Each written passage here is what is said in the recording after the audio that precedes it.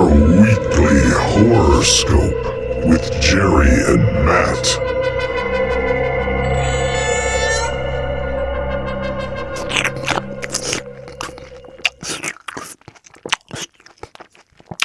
Hey, good evening, horror fans. Welcome to another edition of the Weekly Horoscope. I'm your host, Jerry, here with my partner, Matt. And Matt, this week, our topic is Bloodsuckers. And this is kind of a broad category. We decided to kind of stay away from the hundreds of people who'd played Dracula and in that vein, because that's that's almost a category unto itself. But Right. we wanted to get into some, maybe offbeat or different approaches to the vampire mythology. And what do you think of this category? Yeah, in terms of mythology, like in Christianity, believers drink red wine as a metaphor to drinking the blood of Christ to gain holy salvation. But then with the vampire lore, the vampires are consuming man's blood to stay alive and to have power. And so the vampire lore becomes this like type of twisted version of the dark side of power and hierarchies that people fear runs society in the shadows. And so with the vampire movies, we see a lot of those societal tales. We'll see like they're very, aristocratic and charming and from the 1700s. And we see a lot of emphasis on religion and belief. And then it becomes what's real and what's not real. And what's interesting about that aspect of vampire movies is that these movies that we explore this week really explore like what's real and what's not real and what people believe. Yeah, it certainly takes those. That's kind of what I liked about our choice, is it takes those standard definitions, and you look at you talk about the religious overlap. You think of a show like Midnight Mass that Mike Flanagan did, and it did such a great job of the parallels between the vampire mythology and religion, and the overlaps and the way they could be, superimposed over one another and be confusing. I thought that was brilliant. But these movies kind of back away from some of that and look at this completely different. First movie we're going to start with is from 1977, and it's a film called Martin, and it's directed by the great George A. Romero. And of note of this film, it was his personal favorite of his whole library. It was his favorite film he made. It was also his first collaboration with a young Pittsburgh native, Tom Savini, who has a small part in the movie, but also does the special effects. And also of note, his original vision was almost 3 hours long and solely shot in black and white. And this was a studio film where he got pushback that that wasn't what they wanted, that wasn't what they're paying for. And they end up producing a color film with only the flashbacks remaining in black and white. But interesting film in the Romero library for sure. Yeah, and it was shot on 16 millimeters, so it definitely if you're gonna watch this movie, I highly recommend the 4K, the 4K Blu-ray. Yeah, I love what they've done with some of the restorations and some of the way they've made it look, really fantastic, even though it wasn't the best quality at the time of its release. Not the best quality as far as the picture goes. It definitely has that dated look, but it's very unique and original, and I think it still holds up as far as a great unique story. Our story starts on a passenger train, and our main character Martin, we see him prepping a needle, and he's sneaking into a woman's sleep car, and he's at the door and he's fantasizing about the woman inside, and he picks the lock and he gets inside and he injects her with the needle. One of the first things that jumped out to me is that whatever he used doesn't work that great, because the effects come several minutes after, which creates they're fighting and they're scrapping, and she's calling him names, and they struggle for several minutes before she succumbs to the injection and passes out. Yeah, she's even asking him like, what was in that? What did you put in me? And he's just saying, relax. You're going to be fine. And it's just really this very extremely uncomfortable, like nuanced, non-sexual rape scene. Yes. Well, once she finally passes out, he kisses her and he fondles her, and he ends up pulling her on top of him in a quasi-sexual manner, the way they are together. But she's out, and while she's on top of him, he takes a blade and he cuts her wrists, and then it runs down on top of him, and he drinks from it. Totally different. At the time I first saw this many years ago, I hadn't seen vampire behavior quite like that. Yeah, they do away with a lot of the old tropes. There's no fangs. He doesn't have fangs coming out. He's not seducing this woman with charm, with that aristocratic 1700s French charm, and all of a sudden the fangs come out when she's least vulnerable. Like, he just barges in and just kind of imposes his will in a very violent way with drugging her. Yeah, he's an abductor who then it happens to drink blood. Right. He doesn't fit any stereotypical imagination of a vampire. But then he's also, at the same time, this is where the character becomes there's the depth in the character, is that he doesn't want to hurt her. He's not trying to like impose harm on people. He actually has this like sheepish, boyish personality where he's just like, I don't want to hurt you, just calm down. Yeah, it really takes everything you expect and turns it on its head. Yep. He gets off the train, and he has an older cousin, Kuda, is waiting there for him. And Kuda is Colonel Sanders lookalike, dead nuts, right? Yeah. And he's also very religious. And he takes Martin to his house. He's going to stay with him, and he calls him Nosferatu, yes, repeatedly. And he tells him that he is going to save his soul, but if he kills anyone in their town, he will stake him to death right where he lies. Mm-hmm. And there's garlic hanging and crosses hanging, and Martin walks right up to those things, and he scoffs at him. Again, turning the traditional on its end. He picks up the garlic, and he tells him there is no magic. There never was. Yeah. And there's a great scene where he sits down and Tom Savini enters the room. And I really appreciated the scene because he's going over the little trick he does with his finger, where he's pretending to chop his finger. Yeah. And then Tom Savini comes in and he sits down, and he's giving this like monologue about like how it's just a magic trick, and like there is no real magic. It's just an illusion, which is wonderful because if you watch the Tom Savini documentary, he talks about how when he was doing all of his stuff on set, he was just doing magic with camera. Yeah. And that was kind of his forte. And I really believe he kind of had him say that line and put that in there. Yeah. And I think the special is called like Master of Illusion or something, right? Yeah. That was really cool. But it's basically a deconstruction of the vampire myth. Right. That's how I would look at this. Kuda runs a corner grocery store, and Martin's going to be put to work there. He tells him, don't speak to my daughter, Christina, who also lives there. He's like, but she will try to speak to you. Don't answer, which of course he does. Christina's very skeptical of the old man's beliefs. He's ultra religious. He's ultra old school. In fact, there's a part where there's a new priest in his church, and he's almost admonishing the priest because he's not old school enough like the priest that left. Right. So there's really a generational divide into this man's ultra religiousness. And that's Christina's boyfriend is the young Tom Savini, sans mustache, which I had to look at him like 3 times. I'm like, that looks like Tom Savini, but where the hell is the mustache? Right. Martin tells Christina he's 84 years old, which, is she knows what he thinks he is. Yeah. But it's weird because you don't ever know. And we'll talk about that later, but that's one of the key things to this movie. Right. Right. Part of the audience believes is trying to figure out, is he actually a vampire or is he just clinically insane? Exactly. Martin starts delivering the groceries, and he meets a housewife, Mrs. Santini. She flirts with him a little bit the first time he's there.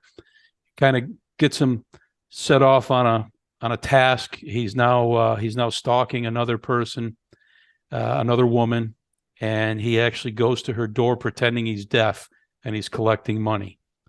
And he's just kind of, getting a look at her, getting a look at the area. And then he stalks the house, The husband leaves for work, and he uses something I didn't know existed in 1977, but a programmable garage door opener, and it looks like an old brick of a cell phone with buttons on Yeah. it.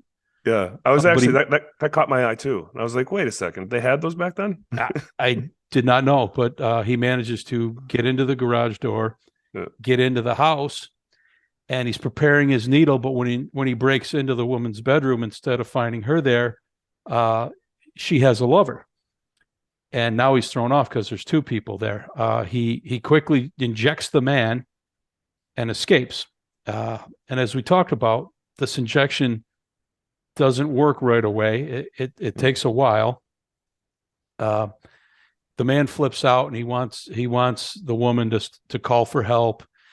And Martin's downstairs, and every time she picks up the phone to dial, he starts dialing different numbers, screwing up her ability to connect, which is another something that would, from 1977, that would baffle Right. people today. Right. Where's Well, her cell phone? we did it in the 90s too. You could pick up the other line and Yeah, so he ends up locking the man outside as the man chases him, and inside he injects the woman, and he lets the man back in now that the woman's injected, and he injects him again. So now they're both getting woozy and staggering around. They finally collapse. He drags the man outside, and there he actually does bite his neck. But again, not with fangs, right. almost animalistic, where he's just right. I was going to say animalistic. Yeah. yeah. So doesn't really clarify anything that we talked about. He goes back inside, and he gets naked with the woman, and he just kind of lays around with her, touches her, but he leaves her alive. And the whole time he's having flashbacks in black and white to olden times is all you can really tell. It seems like many years ago. His hair is different. It's black and white, so it just seems like a different era. Right, to give him the impression of a flashback. I think there's like pre-speaking Latin. There's people with pitchforks, so it seems like it's 100 years ago or something. There's an angry mob. Yep. There's that we talked about with the Frankenstein and the windmill. There's the angry mob with the fire and in a small town. Yeah, it gives the impression it's years and years and years ago. Martin starts calling into a late night radio show, which I found to be an interesting twist.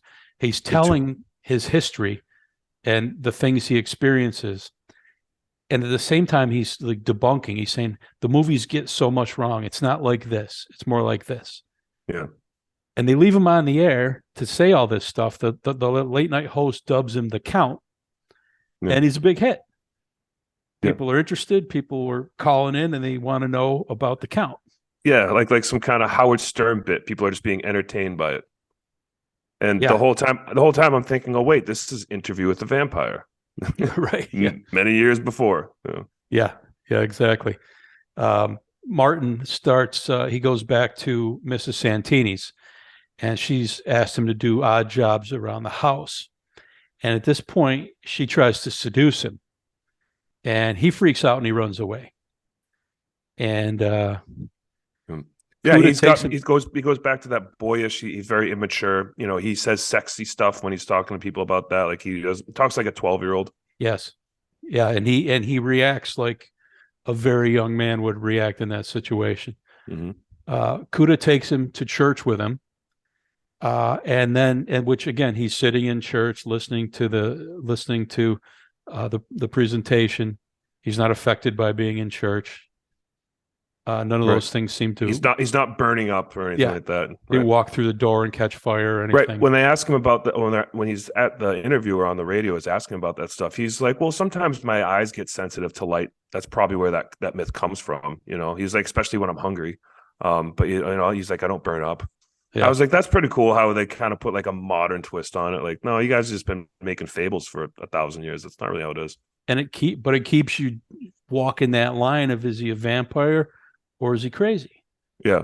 So is this a Dexter thing where he's the serial killer that just kills in a very particular way, and he's not trying to kill for lust. He's out of it. He's just, I have to do this, and this is the only way I can do it humanely. Yeah. Kuda brings a priest back home with him in an attempt to do an exorcism. They even reference, they say, hey, you know how it went in that movie with that Reagan Yeah. girl. Yeah. Yeah. The priest is like smoking and having wine. He's like, I really like that movie. Yeah, exactly. He did. Yeah, that's a good movie. Martin has more flashbacks to long ago and runs away.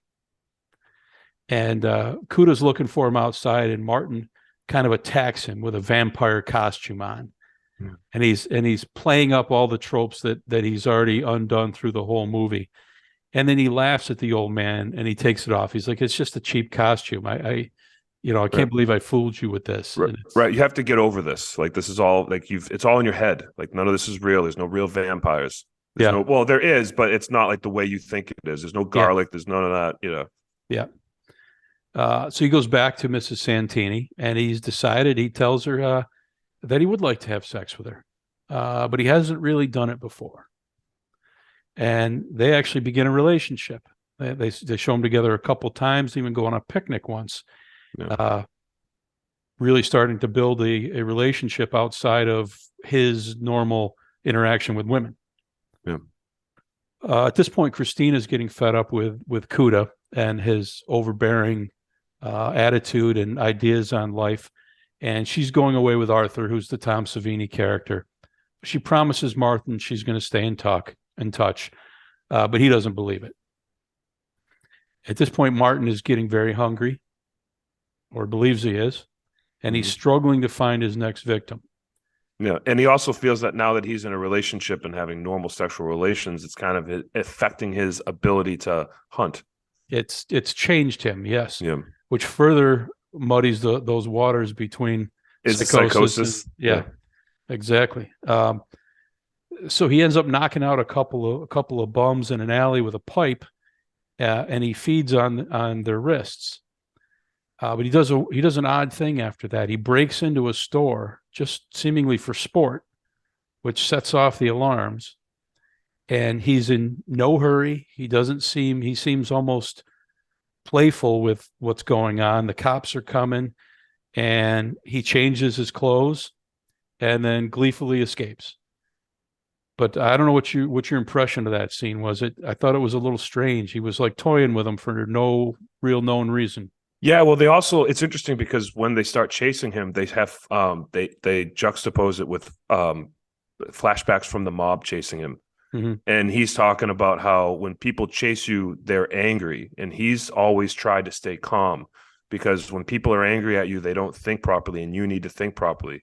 And so he's saying, I've always tried to remain calm when things are going crazy.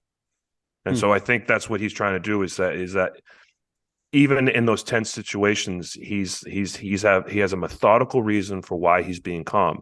But we would normally look at someone in that situation who's acting completely calm in a threatening situation and be like, well, they're crazy.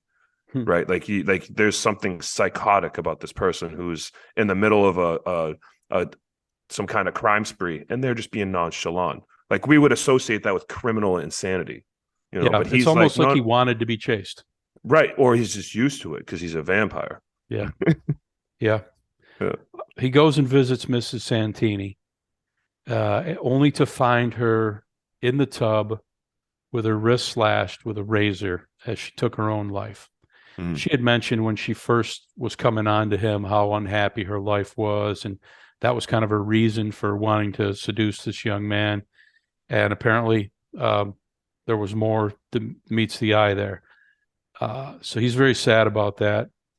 He goes home and he calls into the radio talk show, and he's talking more about it and talking about how some of these things happen. And he finally goes to sleep. Kuda had gotten the news about Mrs. Santini and believes Martin did it. So while Martin's asleep, true to his word, he comes in with a hammer and a stake, and he stakes him through the heart. Yep. And the last thing he does is it shows him, there's a burial in a flower garden. You just see the dirt. You don't see the body, but he's throwing dirt on top of this flower garden area. And in the background, they're playing radio call-ins of people who want to know where the count is and what happened to him. And They sure enjoyed listening to him, and they just keep hearing caller after caller in the background, which was kind of a cool superimposition there with Yeah. the dirt and the callers. I was shocked by that ending, and I have to say I think that was one of the coolest movie endings I've ever seen. I did not see that coming. I really liked it. It was very abrupt.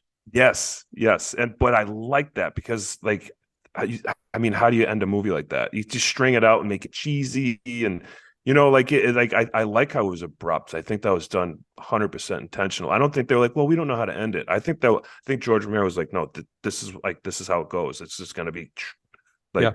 I think that the was part time of it. between when Martin finds her in the tub and the end of the movie is less than 5 minutes. Yeah, it all wraps up. So yeah, and you are left a little bit like, wow, what did I just watch? Look how.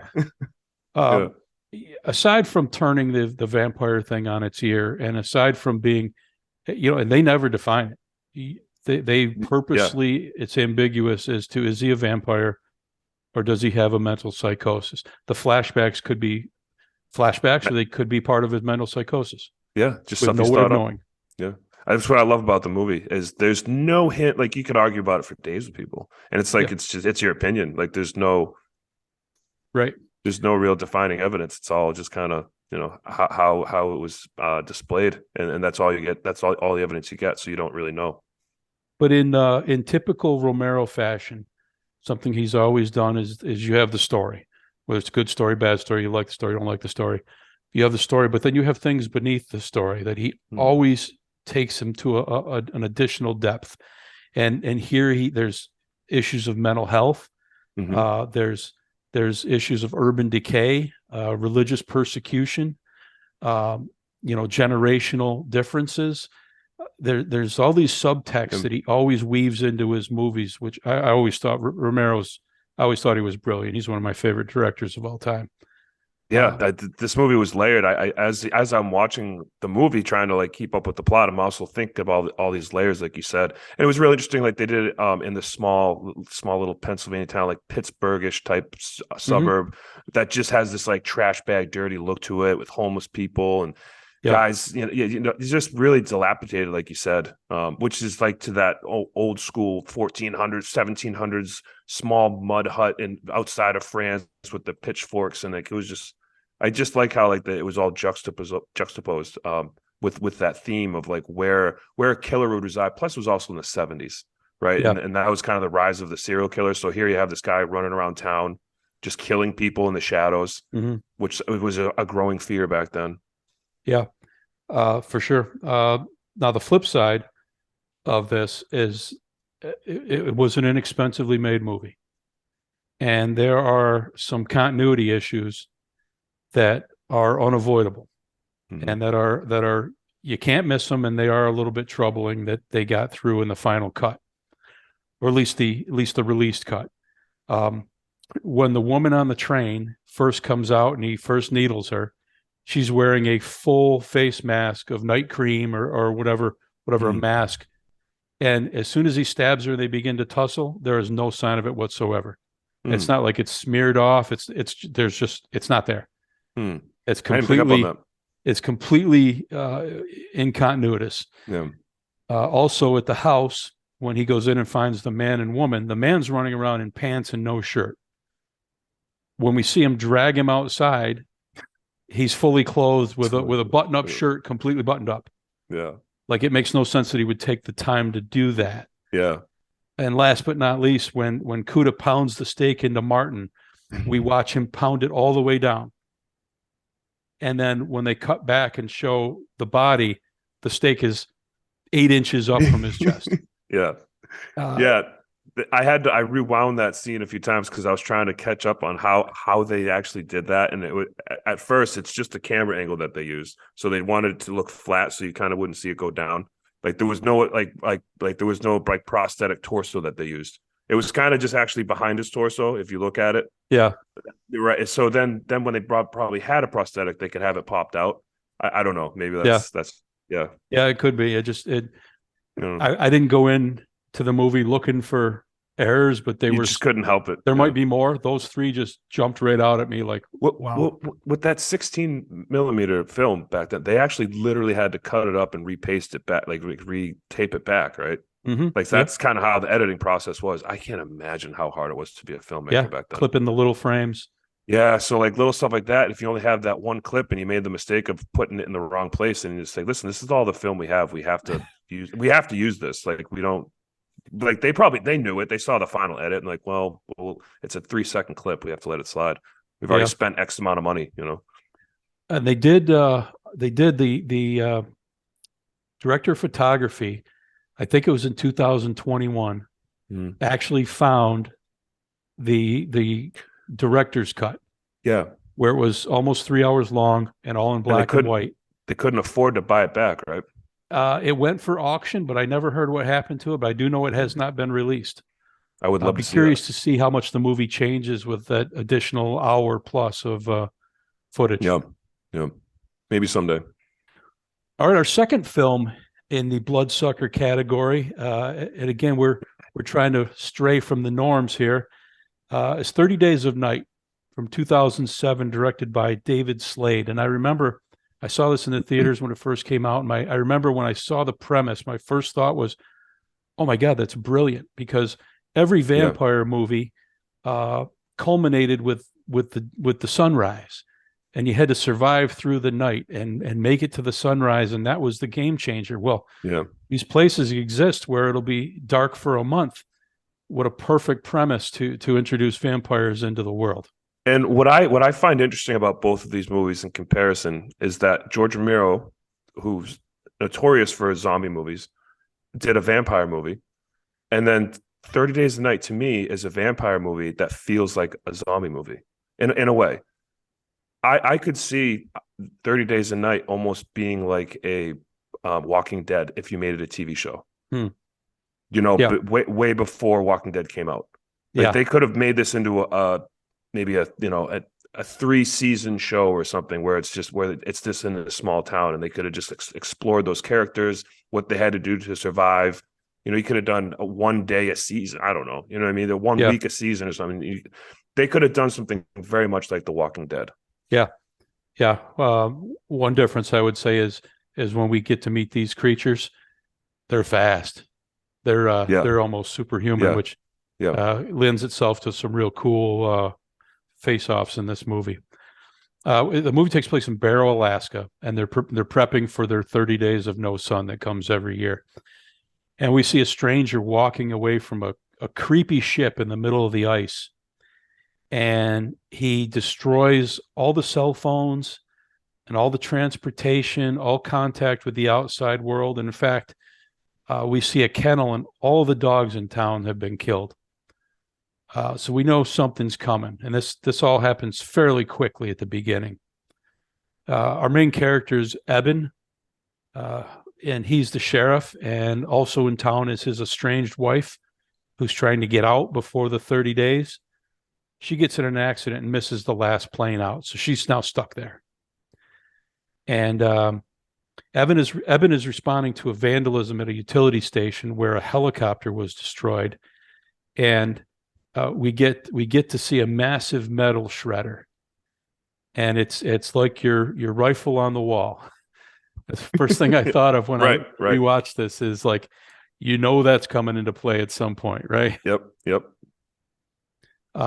Eben encounters the stranger at the town diner, and they have a bit of a confrontation. And the stranger is his teeth are black. He's mangy. He's disgusting.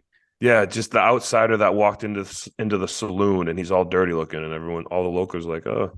And this is a town where there aren't strangers. Right. Like there's just not a town where strangers come through. They're isolated. They're in the middle of nowhere. And in fact, kids and certain people leave every year to miss this 30 days at night. Yeah. So there's not strangers walking around this town. Right. But he's confrontational. He says like some weird things. He's, he ends up getting arrested. So he takes him back to the station. All the while he's prophesizing the doom that's going to befall the town and all the bad things that are going to happen. And at the station, Eben's younger brother and his grandmother are kind of holed up there. And now his estranged wife Stella's there also. And we cut to see the vampires are attacking townspeople randomly throughout the town. And we talked about how the other movie was different, like different kinds of vampires. Well, these are different too.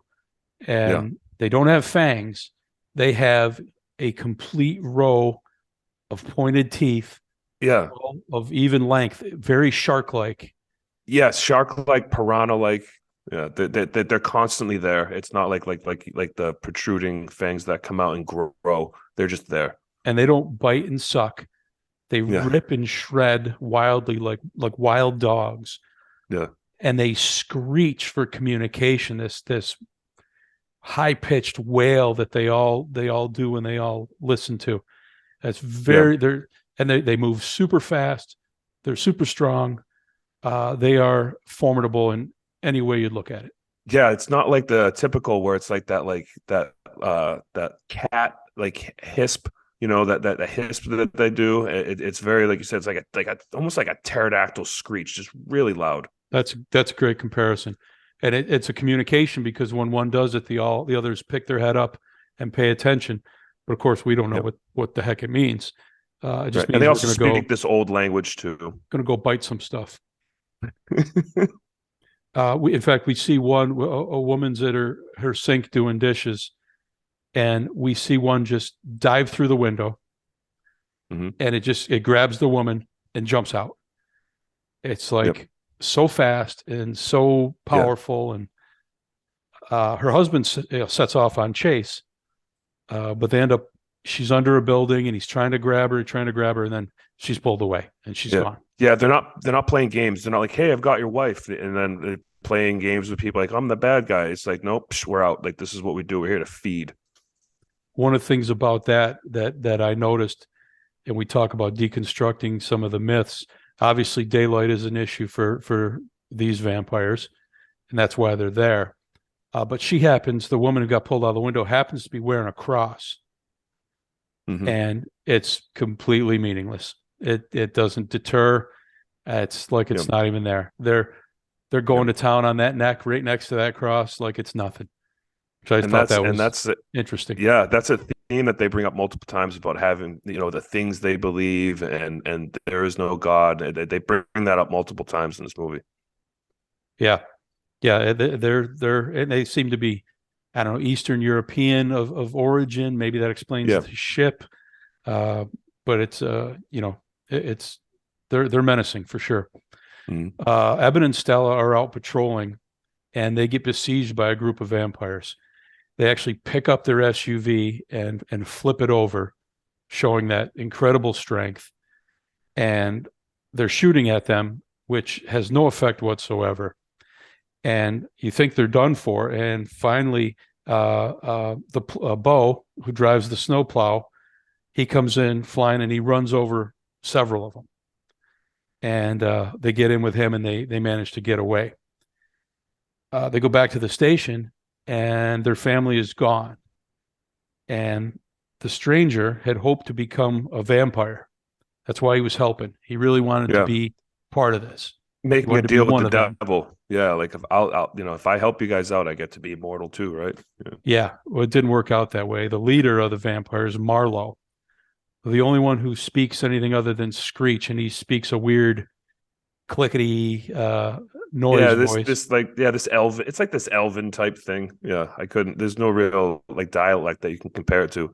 But it was. I just want to say that it was Danny Huston, who I think did a phenomenal job with this role, because for a role that barely has any English, maybe 2-3 words of English he speaks, he does a great job of displaying like an array of emotions. And even with all the howls and screeches, like he's actually, it almost has this look this entire movie when he's interacting with people, like he has this pity of humanity, like he's saddened by their fate, that he's gonna that they're gonna be destroyed by him. It's very complex character that he does with very little speaking. And he is quite menacing, to be sure. He's He's creepy for sure. They have that like blacked out look in their eyes. It's all black, like a very demon looking. Yeah, yeah, they do. And then you mentioned the zombie comparison. That it's definitely has some overlap there. Um, One thing, he thanked him for his service and snapped his neck and left. But one thing we are nervous about is where the grandmother was in the station. There's just a streak of blood. Eben finds his brother and others, his brother Jake and others are at the local diner, and he finds out the grandmother was taken and killed. And as a group, they decide that there's a house in town that has a hidden attic room, and they're going to make their way there. Okay, so the whole group of survivors in the town is now hiding in this attic, Yeah, which has that Walking Dead feel to it. it does. And I'm not saying I know the right answer, because these creatures seem to be impervious to whatever they're trying to do, and they really don't have much chance against them. But there's only so many houses in town. It's a small town. There's only so many rooms in those houses. I feel like you will be found. Yeah, well, if you drop a mouse in a cage, it's going to hide under the substrate. It's going to think it can survive there. Yeah, it just seemed like not a great idea. But yeah. they managed to get up in there, and on day 7, a young girl is walking down the street calling for help. And this is a cool visual, I thought. This young girl is like, anyone? Where is anyone? Yeah. And they can see out of a little hole in the attic window, and they see her walk, and of course, their first instinct is to go help. But as the camera pulls back, every building on the street has a vampire standing on it. Yeah, or crawling. Yeah, they're stalking and crawling very slowly. They're kind of trying to keep pace with her. And they realize it's a trap. Yeah. She's just bait, which doesn't work, and they end up feeding on the girl, which is sad and unfortunate. But had they tried to save her, everyone would have been gone. Yeah, this entire movie is nothing but despair. It goes back to you saying about the decision they made. There aren't many good decisions they can make in this movie, and ultimately, I don't know how much resolve there really is. Yeah, they're doing whatever they can for sure, but their options do seem to be limited.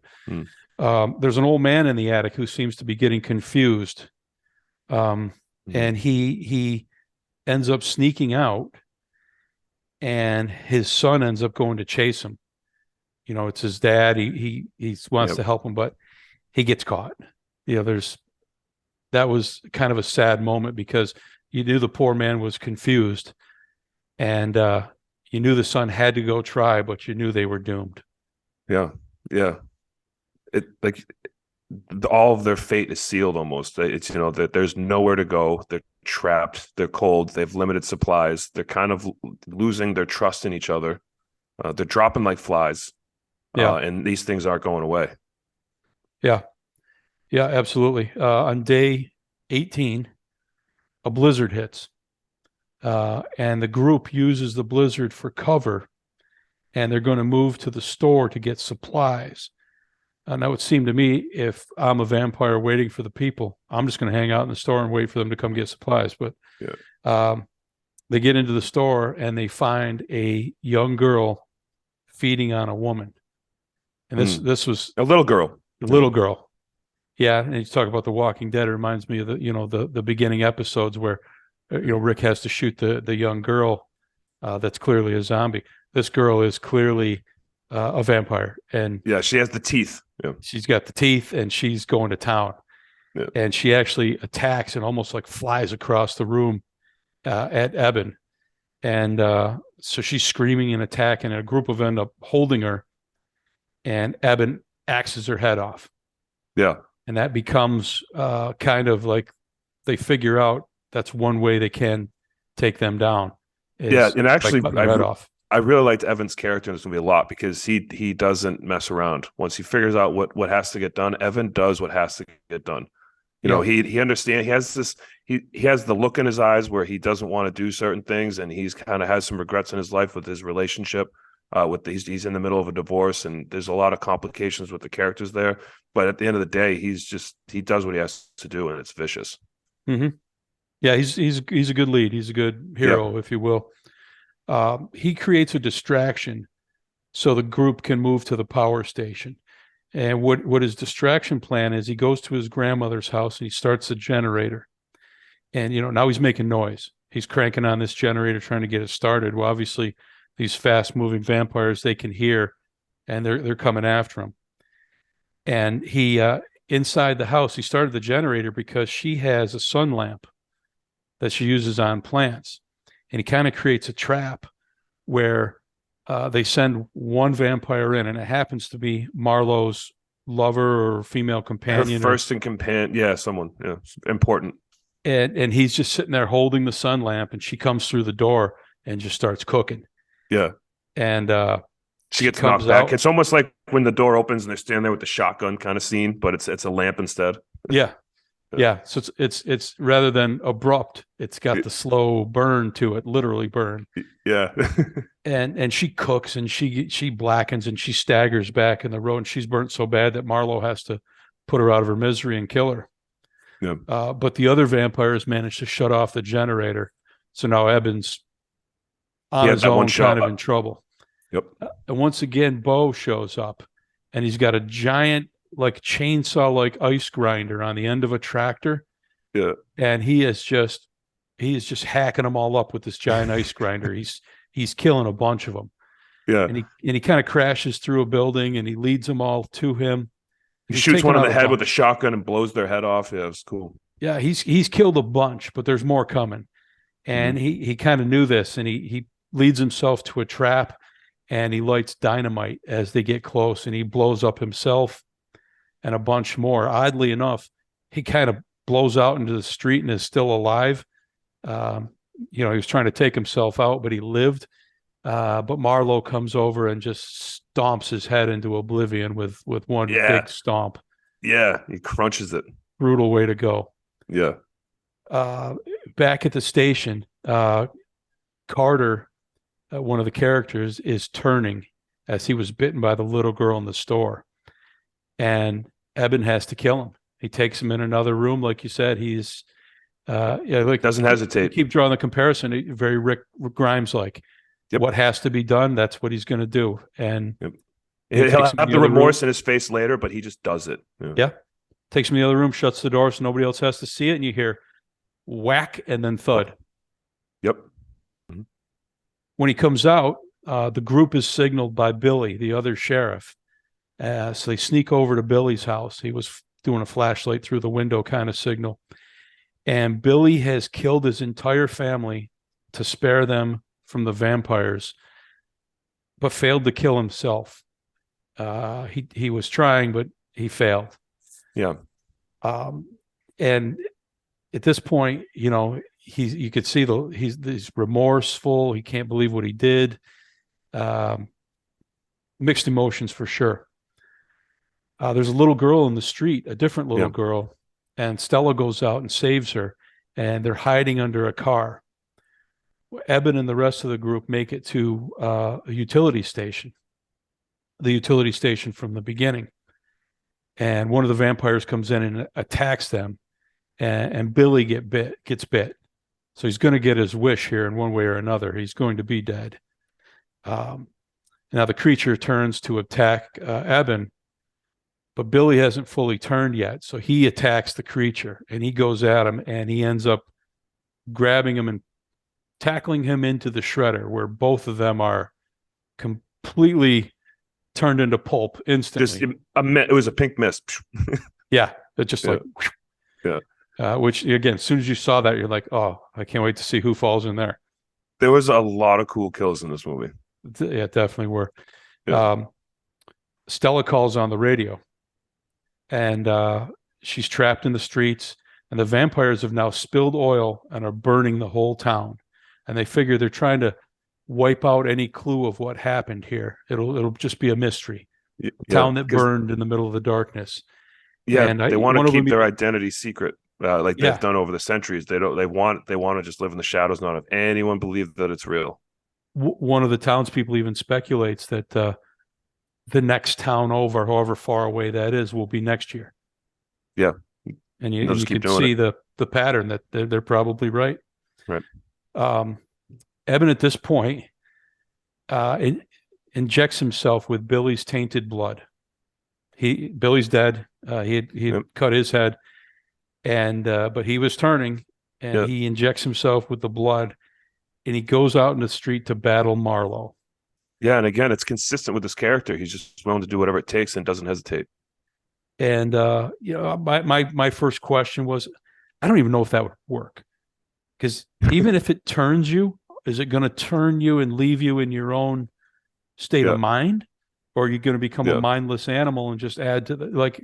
Yeah, you don't know what you're doing when you do that. Yeah, it's kind of like, well, it's almost as it could be almost as illogical, like in Near Dark, where they just do a quick blood transfusion that cures you. Like it's the opposite of that, right? Yeah. So he goes out and he wants to battle Marlowe, and they have an extremely physical fight. And Marlowe's mostly at the advantage, which would make sense because he's been a vampire for thousands of years, and Eben's been a vampire for 5 minutes. So, but he's fighting back, and it's a very physical confrontation, and it looks like Eben's done. But as Marlowe jumps at him, he manages to punch through his mouth and out the back of his skull in one fantastic punch. Pulls the brain right through the back of the head and ends Marlowe. That was it. Once the leader was killed, anybody who's left, they flee. Yeah. There's only a few left at this point. Yeah, they were Russian soldiers. Yeah. And at this point, Eben and Stella go off to watch the sunrise. And through the challenges they've gone through in this movie, through the shared trauma, they've talked about regrets about how the relationship kind of came apart and wish they'd done things differently. They watch the sunrise together, knowing what it's going to mean. And they kiss, and then Eben is lying in her arms, and as the sun rises, he turns to black and burns, and there's like ash particles floating out of him. Very, very sad and appropriate ending, but save the town. Yeah, and we also see that scene with Mike Flanagan, with the miniseries they just did. You had just mentioned it. Midnight Mass. Midnight Mass. Yeah. So at Midnight Mass at the end, on the boat, they had that same scene. Yeah. Yep. It was well-made movie. The premise, I thought the premise was, to me, the slam dunk. I thought it was just an awesome idea.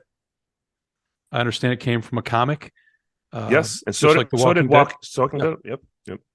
Right around the same era. It's one of my favorite wintertime movies to watch.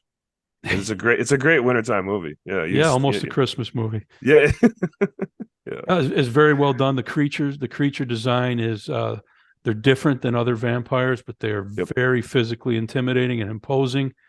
They're almost like you have no chance against them. Yeah, there's the whole movie is despair and isolation and claustrophobia because they're just closing in. Like, I love that aerial scene. That the cinematography in this movie is great. I think the movie still holds up, but that scene where it's like that like drone that's kind of going over the town, and like you look down and just see all the carnage. It almost has this zombie-esque like scene to it, where all these like vampires are just rampaging everywhere, and just there's blood, and it's just chaos like right off the bat.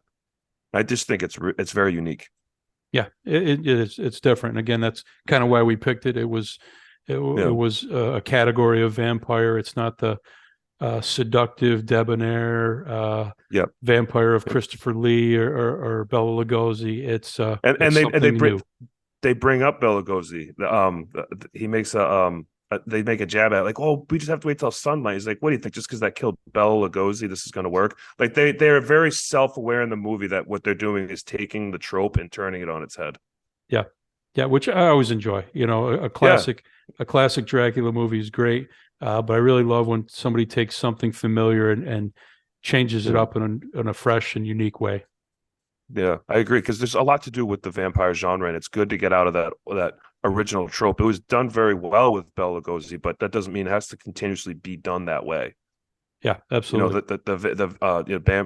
Bram Stoker, like that doesn't always have to be the story. And I like when they take risks and make something new. That is one specific story of a vampire where you can take that creature and make a million different stories. And really in film we have there's tons of vampire movies out there. Yeah. All right, well that's our show for this week. We appreciate you listening as always. We'll return next week with another topic, another couple movies, and look forward to hearing you talking to you all again. This is the Weekly Horoscope. I'm Jerry, that's Matt, and thank you again for listening. Yeah. Thanks, Jerry. Thank you, everyone. Your Weekly Horoscope with Jerry and Matt.